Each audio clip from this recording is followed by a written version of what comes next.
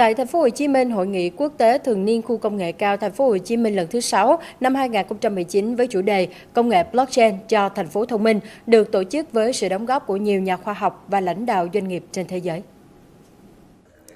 Blockchain là một lĩnh vực công nghệ mới cùng sự phát triển mạnh mẽ của cuộc cách mạng công nghiệp 4.0. Công nghệ blockchain được xác định sẽ là công nghệ cốt lõi trong các ứng dụng cho một đô thị thông minh.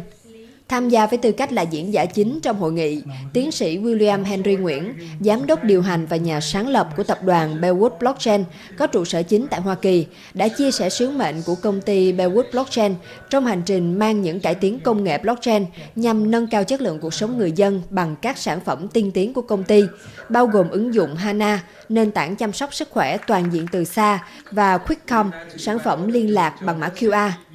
Hai sản phẩm Bellwood phát triển sẽ đánh dấu một thời đại mới cho dịch vụ y tế và liên lạc cho các đô thị thông minh tương lai.